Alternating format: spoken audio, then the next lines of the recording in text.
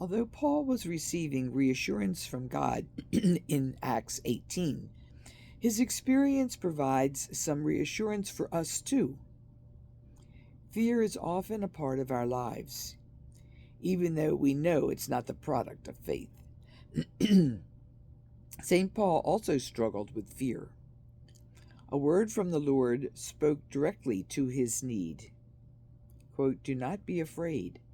Go on speaking and do not be silent, for I am with you."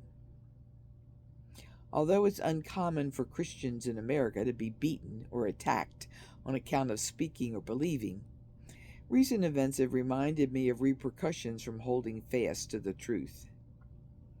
You might remember a number of years ago when Miss California publicly stood up for traditional marriage while she was in the public spotlight.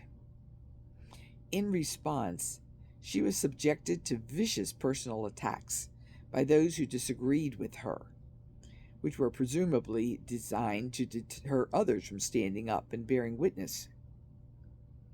Our modern situation is thus not really so different from Paul's. Fear and intimidation are indeed at work, but faith is at work too. The gospel reading for today reminds us that faith sometimes means not being in sync with the world. Those who do not love God and serve God may indeed be rejoicing over things that should cause weeping and shame. However, we are encouraged to persevere with the promised fulfillment of our hope and joy. Jesus chose the analogy of the woman in labor who soon forgets the pain of childbirth in the joy of new life. We seem to be in a time where Christians need courage to speak and not be silent. We may not receive a voice from the Lord himself as Paul did, but we can also be strengthened through the scriptures, as well as from the power of being in community with others who believe.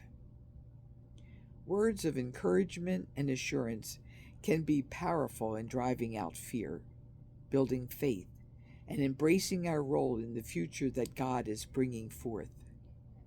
May God give each of us the reassurance we need, along with the wisdom and strength to go on bearing witness to the truth. Amen.